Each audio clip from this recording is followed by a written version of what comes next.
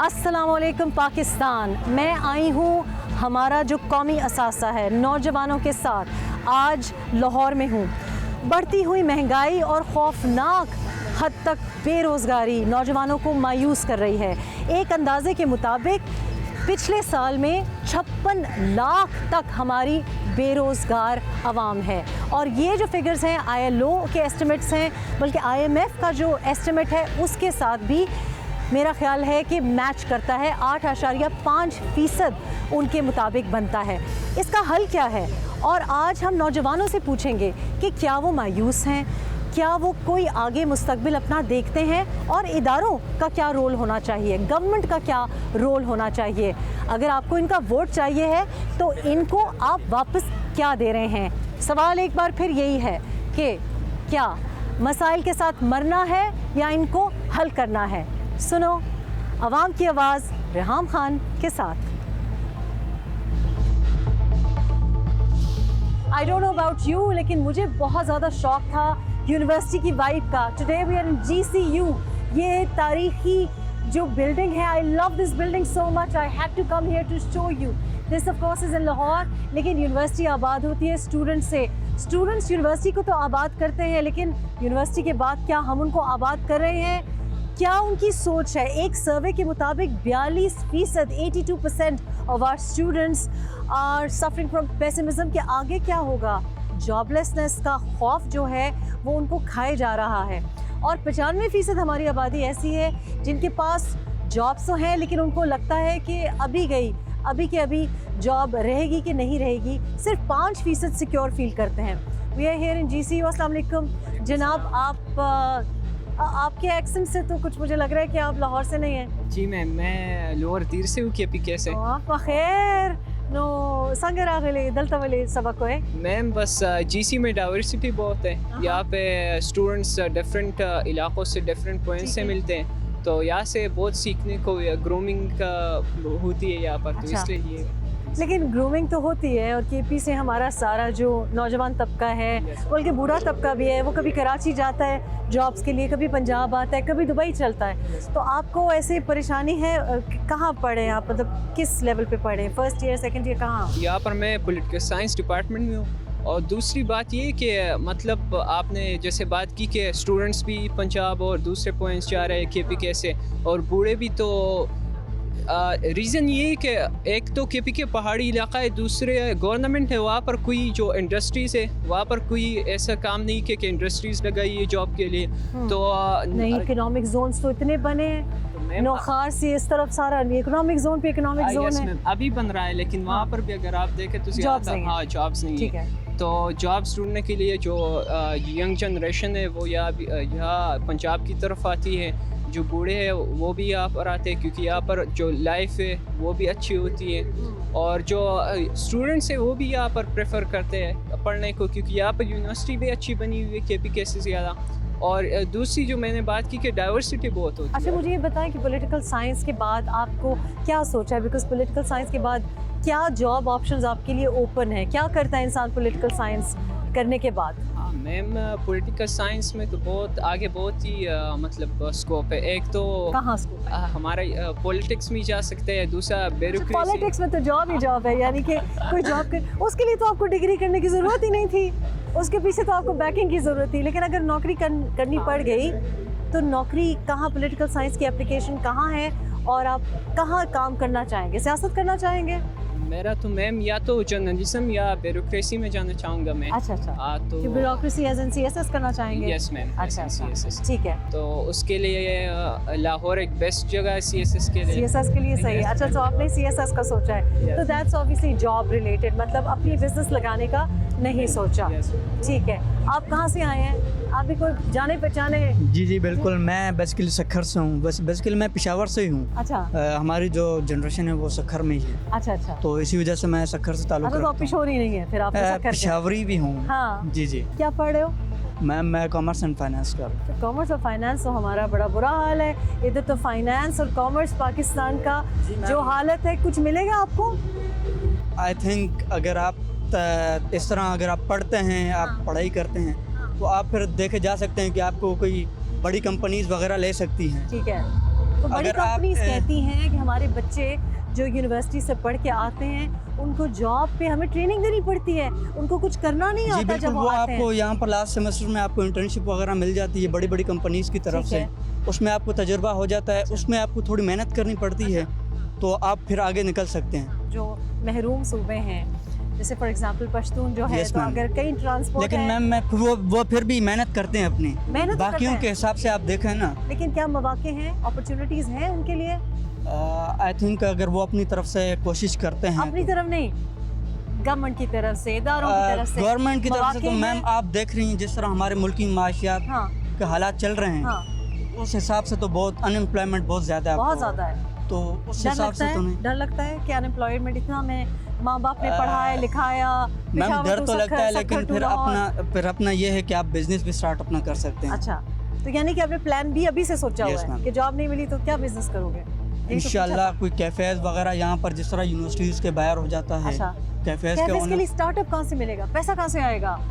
Ma'am background है अल्हम्दुलिल्लाह। अच्छा अच्छा, Yes, बैकग्राउंड ma'am. है। आप कहाँ से हो? मैं शांगला से हूँ। शांगला से हो? ये तो सारे टूल अखबर नदी। हाँ जॉब। हाँ, नो शांगला नदल तरह गली या चलता कुछ अरसे लाहौर- से आप ना उधर तरागली हाँ। यहाँ पर ही आए लाहौर। मतलब स्टडी के लिए आए हो? जी, सिर्फ आप फैमिली study यहाँ पे के- नहीं है? नहीं, family- अच्छा, उसका भाई का तो कहते हैं कि जी, सर बैकिंग है। हाँ जिसकी बैकिंग नहीं है उसको तो जॉब भी मुश्किल से मिलती है, बिजनेस जी। भी मुश्किल से लगता है। हाँ, क्या पाकिस्तान करोगे? असल में पाकिस्तान में जॉब का बड़ा मसला है। हाँ जो अमीर हो वो तो कुछ ना कुछ कर सकेगा अपने बिजनेस को लेके, लेकिन गरीब जो है पाकिस्तान में गुर्बत जो है बहुत ज़्यादा तो है। फिर क्या करेंगे? कश्ती पकड़ के बाहर जाएंगे, क्या करेंगे? नहीं, What's the इंशाल्लाह plan? मैं तो खुद पॉलिटिकल साइंस कर रहा हूँ अच्छा, और मेरा तो खुद सियासतदान इरादा बनना है? नहीं, इंशाल्लाह बस ACDC CSS करना है, PMS। ACDC। जी। अच्छा तो यही हमारा ख्वाब है बस, अच्छा, CSS पॉलिटिकल PMS करना है जी। साइंस। आप भी KP से आए कि आप लोकल हैं? नहीं, पंजाब से हूँ अच्छा, कहाँ मैं, से? शेखुपुर वाली साइड से। यहाँ अच्छा। पे लाहौर में रहाइश है और अच्छा। यहाँ पे IR पर GC यूनिवर्सिटी के अंदर। IR पढ़े? अच्छा, ये तो सियासत और मैं गलत डिपार्टमेंट में तो नहीं आ रही, मैं तो नहीं असल में chemistry डिपार्टमेंट को department- सामने हमारे ये वाला अच्छा ना, अच्छा, तो ये IR तो वो जी, भी जी। सियासत हुई, डिप्लोमेसी हुई। डिप्लोमेसी। अच्छा, जी तो अभी ब्यूरोक्रेसी में जाएंगे, फॉरेन जी, सर्विस में? जी इंशाल्लाह अच्छा, यही प्लान है लेकिन मेरा। अगर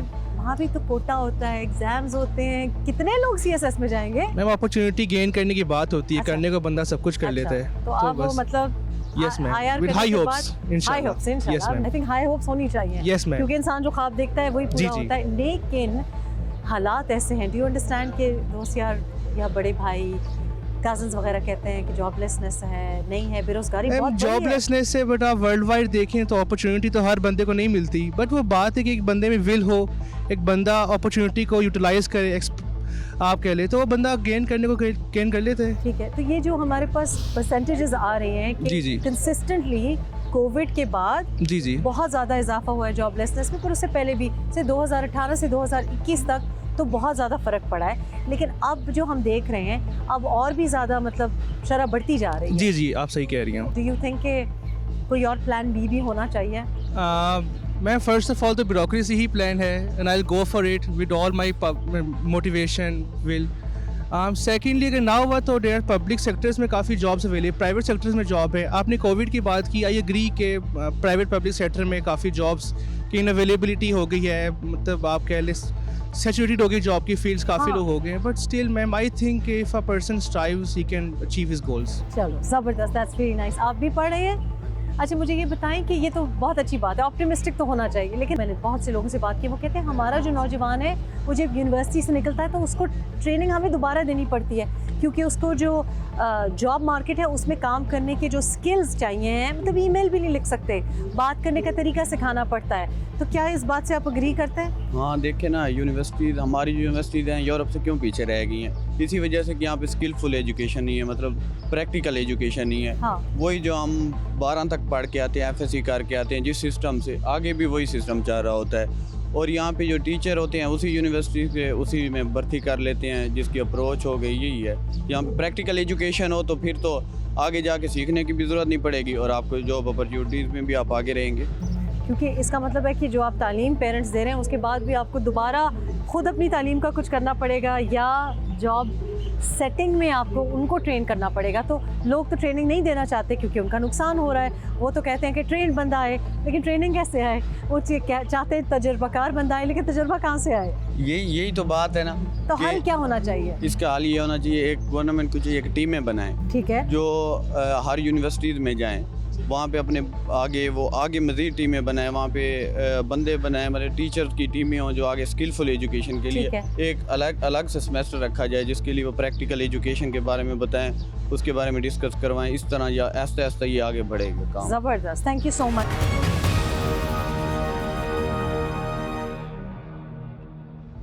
जनाब, ये है लाहौर और हम आए हुए हैं GCU में। GCU जहाँ से हमारे बहुत से दानिश्वर, मुफक्कर और बहुत से ऐसे इंडस्ट्रियलिस्ट, बहुत से ऐसे सियासी वर्कर और अब बहुत से ऐसे मईशत में एक मखसूस रोल अदा करते हुए नौजवान यहाँ से पढ़ कर गए हैं और कंट्रीब्यूट करते रहे हैं। और ये जो GCU है इसकी तो बहुत एक तारीख़ी मंज़र आपको नज़र भी आ रहा होगा मेरे पीछे, लेकिन पंजाब या लाहौर जहाँ सबसे ज़्यादा वोट है वहाँ सबसे ज़्यादा हमारा नौजवान भी है। और आप तकारीर में, प्रेस कॉन्फ्रेंसेस में ये बात सुनते होंगे कि 62% हमारा जो वोट है वो पंजाब से है। आप ये भी सुनते होंगे कि 65% हमारा नौजवान है, हमारा कौमी असासा है, लिक्विड गोल्ड है। लेकिन आपको इनका वोट चाहिए है, आपको इनकी फूल पत्तियों की जो निछावर करते हुए प्रेजेंस है वो चाहिए। लेकिन आप इस नौजवान को क्या दे रहे हैं? हमारे जो अब रीसेंट फिगर्स आए हैं ILO के मुताबिक 2023 के जो फिगर्स आए हैं अनएम्प्लॉयमेंट के, बेरोज़गारी के, वो नहायत ही खौफनाक हैं। और अगर आप 2018 पे चले जाएं तो 4% से 5.5% इजाफा हुआ 2018 से 2021 के दरमियान। अब 2023 में ILO के मुताबिक और दीगर जो हमारी स्टेटिस्टिकल फाइंडिंग्स हैं उसके मुताबिक 56 लाख नौजवान या 56 लाख बेरोज़गार है पाकिस्तान में। अब जो बेरोज़गारी है वो 8.5% तक पहुंच गई है। ख़वातीन की बात की जाए तो इसमें तो गैप बहुत ही ज़्यादा है।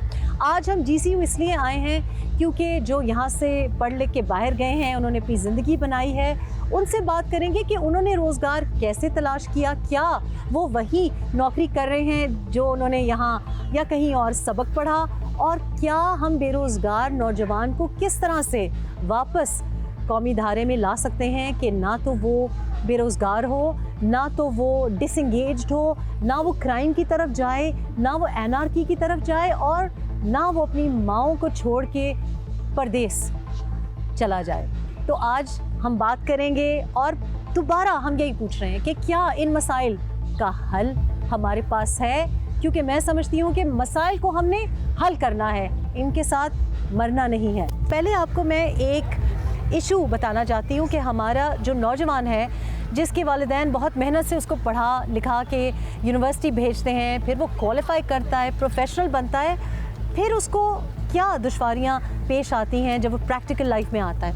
जी अस्सलाम वालेकुम। वालेकुम सलाम। अपनी ज़रा हमें कहानी तो सुनाएं कि क्या पढ़ाई की आपने? मैंने क्या कहते हैं, मैं पढ़ाई मेरी इंजीनियरिंग फील्ड से मेरा ताल्लुक है। ठीक है, और कौन से इंजीनियरिंग? इलेक्ट्रिकल इंजीनियरिंग से। अच्छा, यानी कि जिसका सबसे हाई मेरिट होता है। यस, ठीक है। और मेरा इंजीनियरिंग फील्ड से ताल्लुक था। उसके बाद मैं इंजीनियरिंग फील्ड में आया और उसके बाद मैं तकरीबन 3 साल 3.5 साल ऑफिसेज और मुख्तलिफ इंडस्ट्री में चक्कर लगाता रहा हूँ, जॉबलेस रहा हूँ।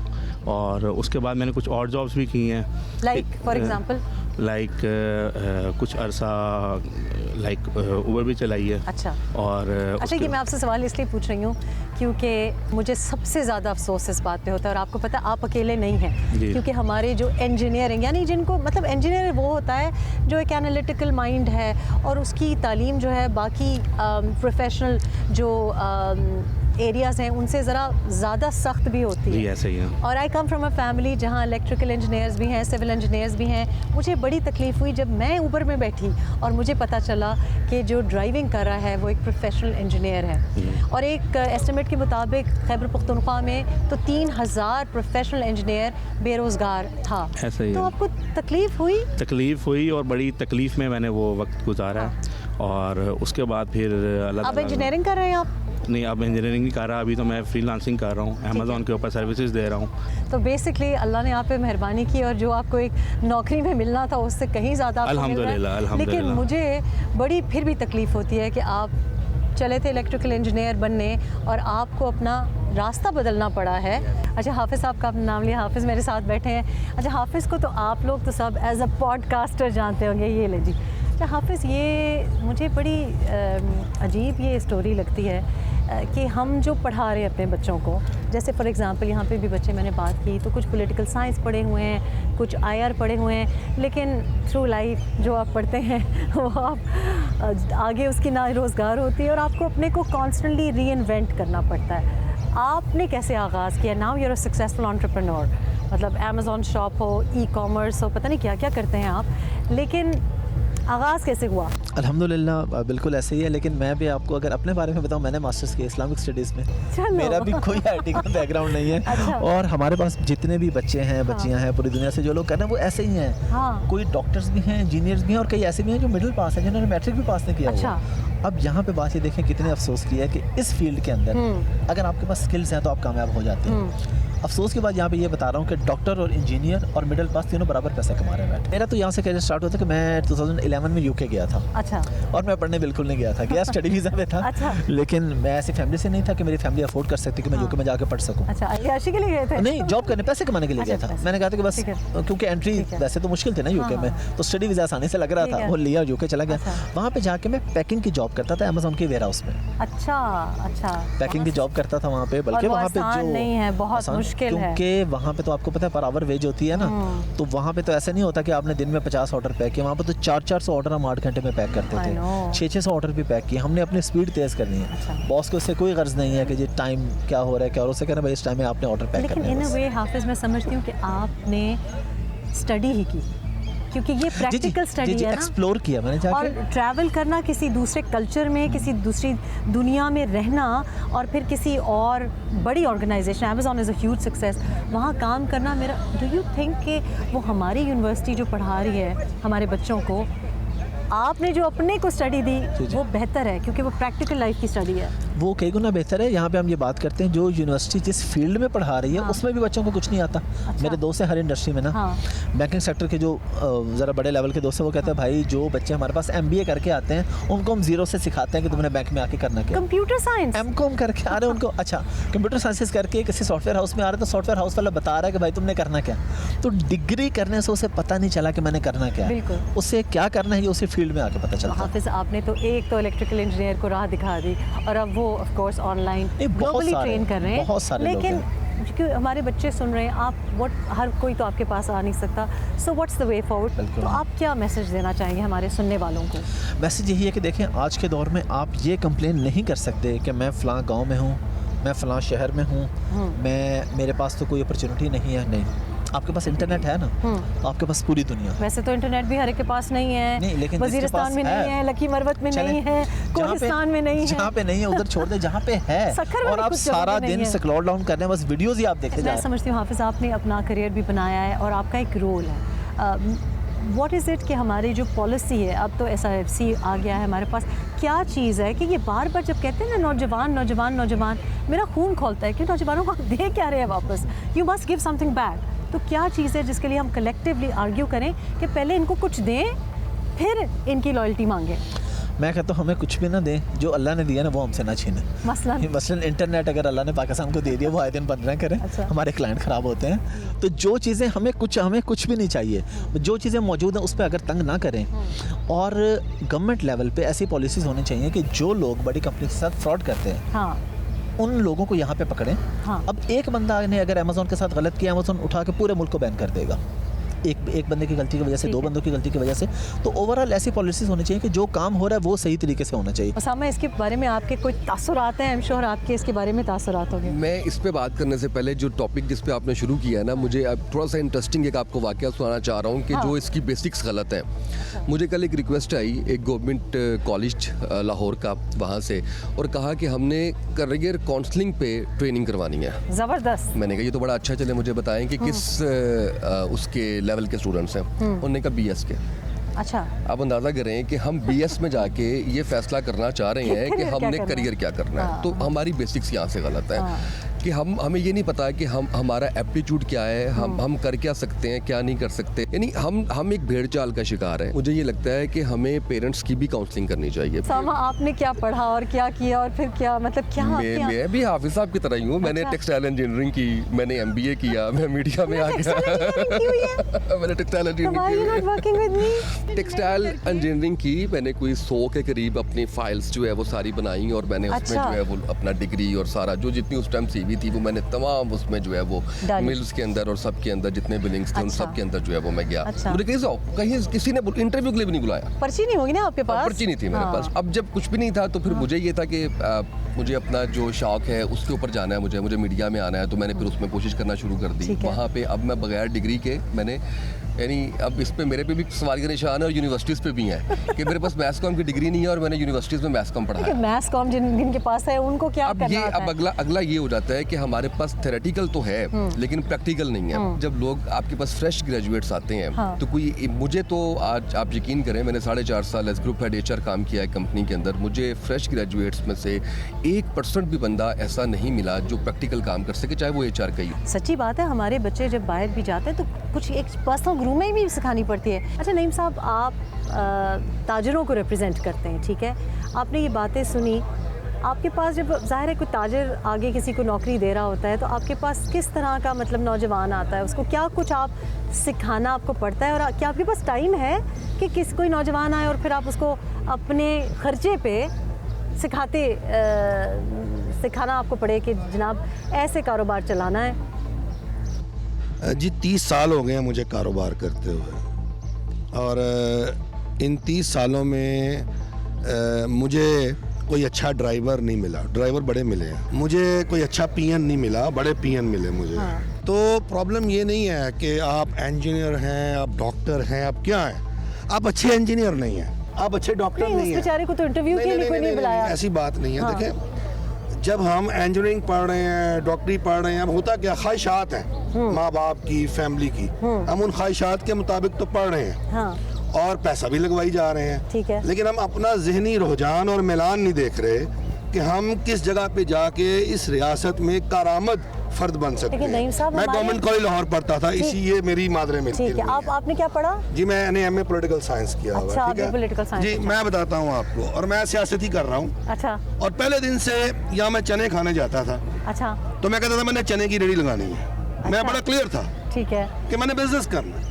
मैं किसी दुकान पे जाता था तो मैं सोचता था यार इस दुकान पे बड़ा रश है, जूतों की दुकान पे, मेरी जूतों की दुकान होनी चाहिए, ठीक है। अच्छा मेरे वालिद जो थे वो कहते थे नहीं तुमने CSS करना है। अच्छा, मैं तुम गवर्नमेंट कॉलेज में पढ़ते हो, यही इसी तरफ जी मैं बता रहा हूँ मैं कि वालिद साहब ने पॉलिटिकल साइंस आपको करवा दिया तो आपका रुझान मैंने उनकी कोई बात नहीं मानी। मैं नहीं मानी उनकी। अच्छा। हाँ बिल्कुल, मैं बड़ा प्रैक्टिकल अप्रोच के साथ जो है ना वो अपनी ज़िंदगी मैंने गुजारी है। ठीक है। असल में हम जो है वो ख्वाब और ख्याली दुनिया से जब तक निकलेंगे नहीं और प्रैक्टिकल अप्रोच के साथ जो है वो सोचेंगे नहीं, हम कामयाब नहीं हो सकते। तो मेरा ख्याल है फिर ये शिकायत नहीं होगी। डॉक्टर बनना है तो भाई हाईएस्ट लेवल के डॉक्टर बनो ना, अगर नहीं बन सकते छोड़ो उसको यार।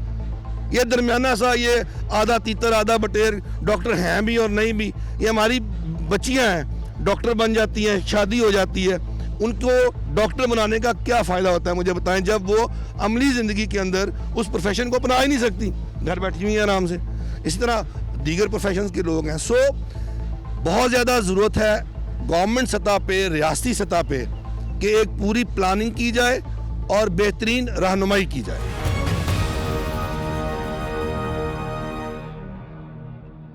तो जनाब ख़वातीन के बारे में जो ये कंसर्न रेज़ किया जाता है ये ILO के फिगर्स भी कंफर्म करते हैं और दीगर जो स्टेटिस्टिकल एविडेंस है वो भी ये कहती है कि जॉबलेसनेस से भी ज़्यादा एक्चुअली लैक ऑफ एंगेजमेंट है, ये लाताल्लुकी ख़वातीन की जो है इसमें इजाफा होता जा रहा है। कोविड के बाद बहुत ज़्यादा इजाफा हुआ है और एक एस्टिमेट के मुताबिक 11.1% तक अनएम्प्लॉयमेंट या डिसएंगेजमेंट ख़वातीन की हो गई है।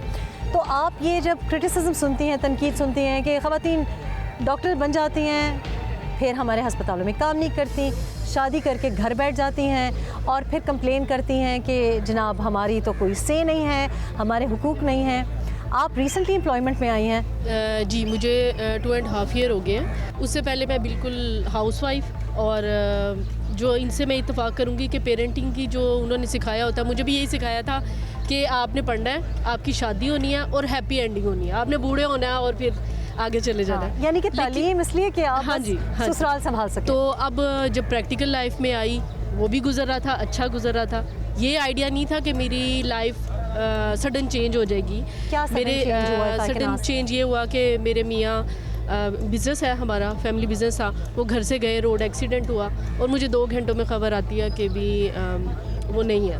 ओहो। तो अब 3 बच्चे हैं, फैमिली बिज़नेस है, जो भी है, लेकिन आपको 1 घंटे में ये पता चलता है कि आपके ये वाले हाथ अगर ये हो जाएंगे तो आप बच्चों को कैसे लेकर चलेंगे आगे। अच्छा, लाइफ रीस्टार्ट करनी पड़ी। हाँ, रीस्टार्ट करनी पड़ी। डिप्रेशन में भी गई, मेडिसिन्स की तरफ भी गई, लेकिन अल्हम्दुलिल्लाह मेरी फैमिली ने मुझे सपोर्ट किया कि भी आप इधर एंड नहीं करोगी, आप अपने आप को खुद ग्रूम करो और हम चाहते हैं कि आप बच्चों को खुद पालो। ये जर्नी इतनी आसान नहीं है। यहाँ पे मैं ये ज़रूर कहूँगी कि आप अपनी बेटियों को एथिक्स लाजमी दें, उन्होंने मूव ऑन कैसे करना है। जब जिस मुकाम पे मैं हूँ, मैं ये सोचती हूँ कि अगर मेरी फैमिली की सपोर्ट ना होती या मुझे लोग अच्छे ना मिलते तो फिर मेरे लिए अपने बच्चों के लिए जॉब करना इतना आसान नहीं था। हमारा माशरा जो है ना, वो मोस्टली जो है जेंट्स को प्रमोट करता है जॉब के लिए। अगर लेडीज़ किसी वजह से बाहर जॉब के लिए निकल रही हैं तो मैं रिक्वेस्ट करूँगी प्लीज़ उनको स्पेस दिया करें। अगर उनको अपॉर्चुनिटीज़ दे रहे हैं तो उनको राइट वे में दें। ज़रूरी नहीं है कि आप उनको अपॉर्चुनिटीज़ ऐसे दें कि वो सोचें कि हम घर बैठ के मांग के खा लेंगे। बेहतर ये है फैमिली से कोई सपोर्ट कर दे, ताया चचा मामू सपोर्ट कर दे तो बच्चे पाल लेंगे, बेहतर है। तो हाँ, उनकी मुस्कुराहट और उनके कपड़ों की तारीफ़ ना करें, उनके काम की तारीफ़। बिल्कुल सही। आपका ताल्लुक़ सियासत से है, तो ये मुझे अभी किसी ने बताया। अच्छा, ये तो खैर अमेज़ॉन या ऑनलाइन काम फिर इंसान अपने कमरे से चार दीवारी में से कर सकता है। सियासत से तो मुझे बड़ा डर लगता है। आप तो माशाल्लाह इतनी यंग हैं, MNA भी रह चुकी हैं, और मतलब एक कंजर्वेटिव पर्देदार माहौल में से कितना मुश्किल है लोगों की बातें बर्दाश्त करना। और क्योंकि सियासत में तो मर्द ही मर्द हैं हर तरफ। नहीं, मर्द तो हर फील्ड में, लेकिन पावरफुल मर्द पावरफुल है। तो जब आप बाहर निकल आते हैं तो मैं ये साबित करना चाहती हूँ, पर्दे में रह के भी बहुत कुछ कर सकते हैं। आप ख़वातीन पीछे नहीं है मर्दों से, लेकिन ख़वातीन को खुद को स्ट्रॉन्ग बनाना चाहिए, तभी वो आगे चल सकती हैं। 99% ख़वातीन नहीं बाहर जाना चाहती, लेकिन अब ये रुझान बन गया इस तरह, क्योंकि पहले तो हर किसी का यही कंसिडर करता है कि शादी होगी तो बस सब ठीक होगा, लेकिन अब वो भी ख़त्म हो चुका है। अब ख़वातीन ये समझती हैं कि खाली शादी से नहीं होगा, हमें खुद को कुछ बनाना चाहिए, ऐसी जॉब्स करनी चाहिए ताकि हम पहले खुद स्टैंड ले सकें, फिर हम शादी करेंगे। वेरी क्विकली आप बताएं कि किस तरह से मतलब सियासत में आना। सच्ची बात है, मैं बहुत घबराती हूँ, क्योंकि कुछ बातें ऐसी होती हैं कि आप एक सर्टन फैमिली से बिलोंग करते हैं, तो अगर कोई आपकी तारीफ़ भी कर देता है तो आपका दिल करता है मैं आइंदा तो कभी भी यहाँ ना आऊँ, क्योंकि ये सही नहीं है कि आपकी कोई तारीफ़ करे, आपकी डिस्प्ले पिक्चर की कोई तारीफ़ करे या कहे कि जी आपका कद बहुत अच्छा है। आपके काम की सलाहियत की तारीफ़ कम, और आपकी जो अपीयरेंस है, यह सिर्फ एक औरत होने का ही मतलब लोग बेकाबू तरीके से बिहेव करते हैं, और ये बहुत डिस्करेजिंग है, मायूस कुन बात है। आपने कहाँ से आगाज़ किया और कैसे आगाज़ किया? हाँ, देखिए मुझे शुरू से ही शौक़ था सियासत में जाने का।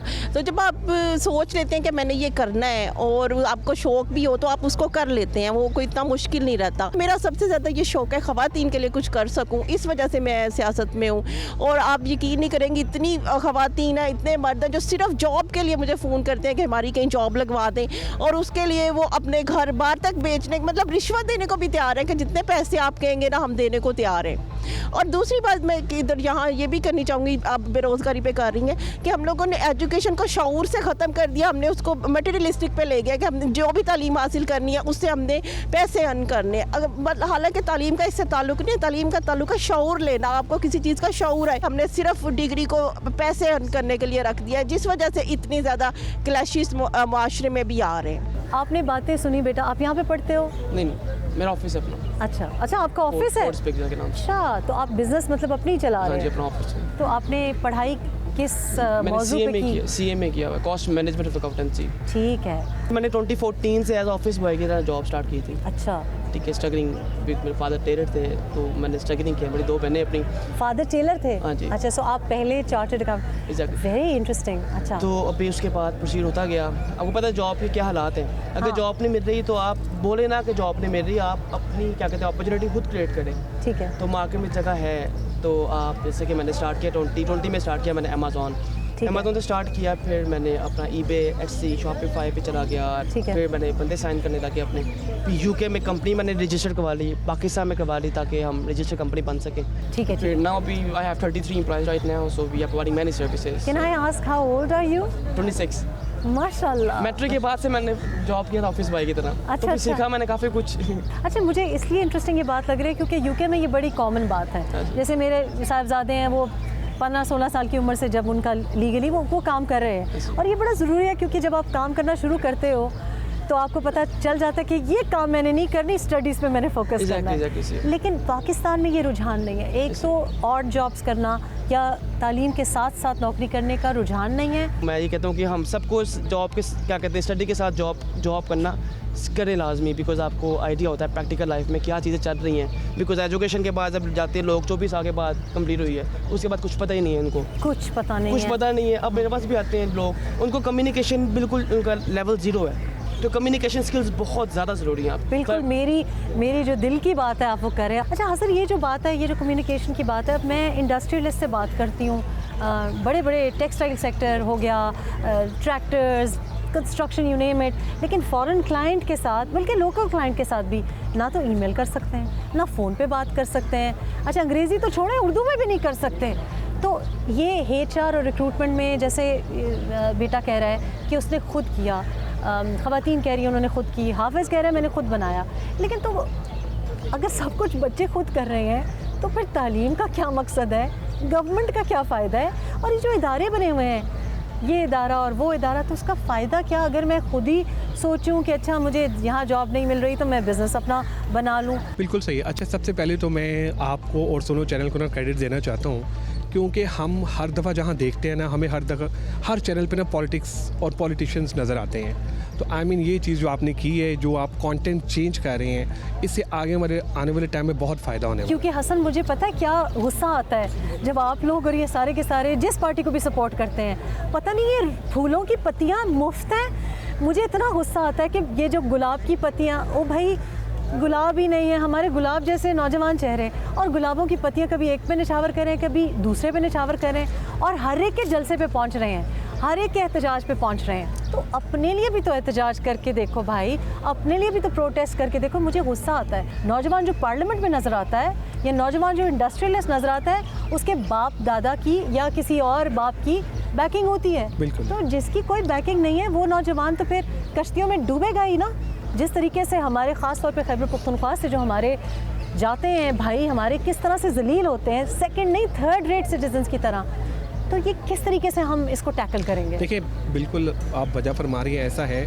मेरी रिक्वेस्ट ये है कि ज़्यादा से ज़्यादा जो प्रोग्राम्स और चैनल्स जितने भी हैं हमारे, वो अवेयरनेस पे बात करें, वो नौजवानों की बात करें, उनकी ग्रूमिंग की बात करें। अब हमारे हमसाया ममालिक को देखें, वहाँ पॉलिटिक्स पे डिस्कशन बड़ी कम होती है, वहाँ कंटेंट पे डिस्कशन होती है। हम क्या करते हैं, हम आ जाके हमारी शाम भी पॉलिटिक्स से शुरू और हमारी सुबह भी पॉलिटिक्स है वो इसी तरह से चल रही होती है। तो हमें एक ज़रा कंटेंट जो है ना वो चेंज करने की ज़रूरत है। अब आ जाते हैं जो आपका क्वेश्चन था कम्युनिकेशन वाला। ठीक है, देखिए ये एक डायलेमा है, हमारा एक डायलेमा है कि ज़रा अंग्रेज़ी हमें उस तरह से नहीं आती है जिस तरह से अंग्रेज़ी हमें आनी चाहिए थी। लेकिन कम्युनिकेशन का हरगिज़ मतलब ये नहीं है कि अंग्रेज़ी ही सब कुछ है, ऐसा नहीं है। आपका सुनना, समझना, फिर उसका जवाब देना। अच्छा, मैं बिल्कुल भी नौजवानों से मायूस नहीं हूँ। हमारा पाकिस्तान सुपर टैलेंटेड है, सुपर टैलेंटेड। मतलब मैं आपको ये बताना चाहूँ कि मेरे बड़े एक्सपीरियंसेस हैं, मैं इंटरनेशनल रिक्रूटमेंट करता हूँ और मैं यहाँ के नौजवान जो है बाहर रखता हूँ। ठीक है, हम उनको स्क्रिप्ट भी लिख के देते हैं कि भाई तुमने ये बोलना है, सम हाउ दे फेल्ड, वो नहीं बोल पाते, नहीं कर पाते, लेकिन technically they are very strong. जो हमारा नौजवान है जब वो निकलेगा और ख़ुद अपने ऊपर इन्वेस्ट करेगा, गवर्नमेंट करेगी, अच्छा लेट्स सपोज अगर गवर्नमेंट नहीं कर रही है तो व्हाट नेक्स्ट? हमें तो कहीं ना कहीं खड़े होना है ना, हमें कहीं ना कहीं तो करना है ना। अच्छा बहुत सारी चीज़ें ऑनलाइन, अब देखिए हमारा जो बच्चा है, जो यहाँ पे जो हमारी यूथ है, वो डॉलर में पैसे कमाती है। मैं आपको पहले, जैसे मैंने पहले भी कहा, मैं तो बिल्कुल मायूस नहीं हूँ। हम सुपर टैलेंटेड कौम है, सुपर टैलेंटेड। नहीं मायूस ना हो, लेकिन अपना हक मांगे। गवर्नमेंट को करना चाहिए। ये क्यों आप कह रहे हैं कि गवर्नमेंट अगर ना करे, they shouldn't be that ifs and buts. आप कुछ कहना चाह रहे थे? हाँ, आप इस बारे में कमेंट करेंगे?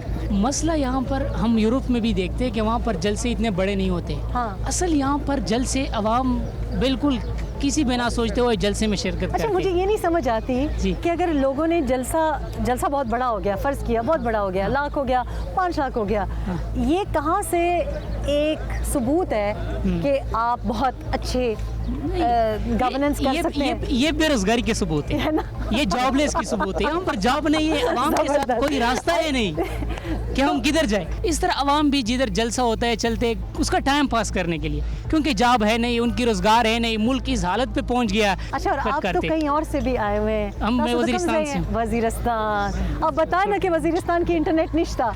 वजीरिस्तान में ना तो इंटरनेट है, ना तालीम है, ना फीस है। वहाँ पर बिल्कुल हमसे फंडामेंटल राइट छीना गया। ये नेट तो दूर की बात है। ना हो ओ भाई, अमेज़न कैसे करें? वहाँ तो फ़ोन नहीं चलता। अमेज़न तो दूर की बात, वहाँ पर हम फ़ोन पे बात नहीं कर सकते कि इधर हफ्ता लग जाते हैं कि हम घर को कॉल करते, सिग्नल नहीं मिलती, और नेट तो दूर की बात। जब हसन ये कहते हैं कि तुम्हें चाहिए कि खुद से वो करो, भाई क्यों खुद से करें? हाँ, खुद से आप लाहौर में तो बैठ के कर सकते हैं। गवर्नमेंट होती किस लिए?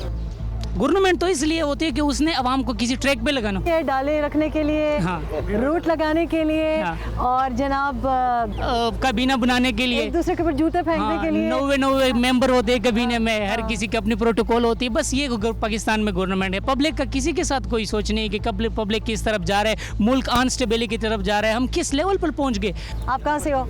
मैं बेसिकली बलूचिस्तान से, क्वेटा से ताल्लुक़ है मेरा। अच्छा। जी हाँ, तो आपने कहा था कि जो ये जलसे रोज़ बरोज़ बढ़ते हैं ना, जैसे कि हमारे जो पॉलिटिशियंस हैं ना, वो ज़्यादातर जो हमारे अवाम जो हमारा अवाम इस वक्त बहुत गरीब है, उनके साइको के साथ वो खेलते रहे, साइकोलॉजिकल माइंड इनके साथ खेलते हैं ना, कि भाई हमें कैसा गेम प्ले करें ना, ताकि अवाम हमारे तरफ राग़िब हो जाए, क्योंकि आवाम मजबूर है, बहुत ज़्यादा मजबूर है। हमारे जो पॉलिटिशियंस हैं वो हमारे दिमाग के साथ खेलते हैं, हमारे साइको के साथ खेलते हैं ना, कि भाई इस बंदे को किस तरह वो एक ऐसा परफेक्ट स्पीच तैयार कर लेता है ना, कि वो एक स्पीच दे देता है ना, बंदा मरने के लिए भी तैयार हो जाता है। लेकिन आपके ख्याल में कि इससे पहले कि कोई पश्तून का हक हो, बलोच का हक हो, आई डोंट नो, मुसलमान का हक हो, क्रिश्चियन का हक हो, सबसे बड़ा मसला तो ये है कि रोजगार का हक है। रोजगार नहीं, अभी बेसिकली जब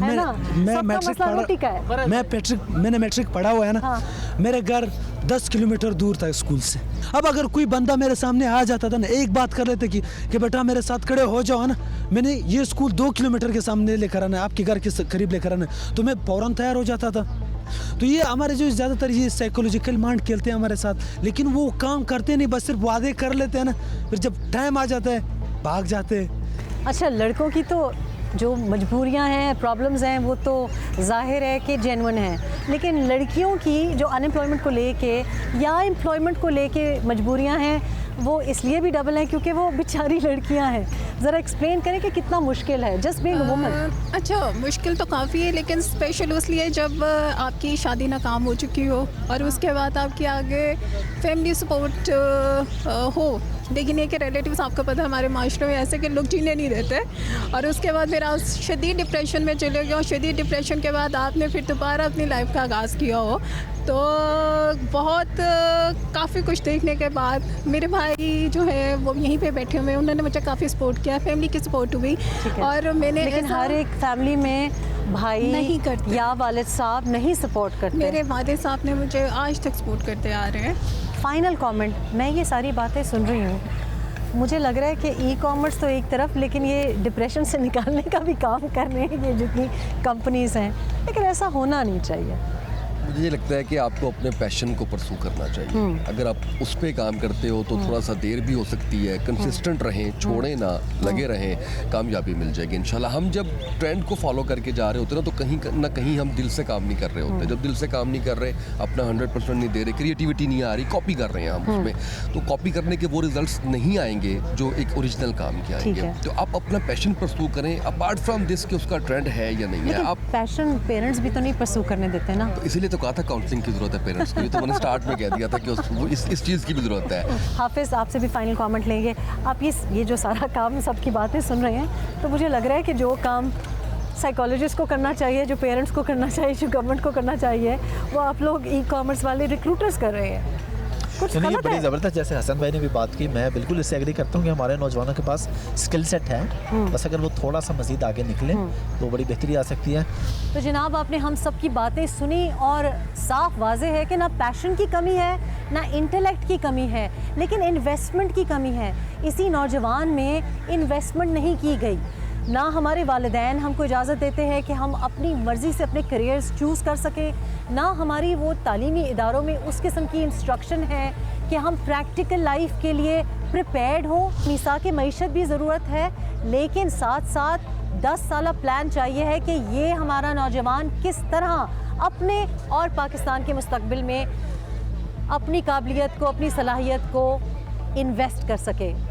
अपना ख्याल रखिएगा, ज़रा सोचिएगा, क्योंकि हमने मसाइल को हल करना है, इनके साथ मरना हरगिज़ नहीं। अल्लाह हाफ़िज़।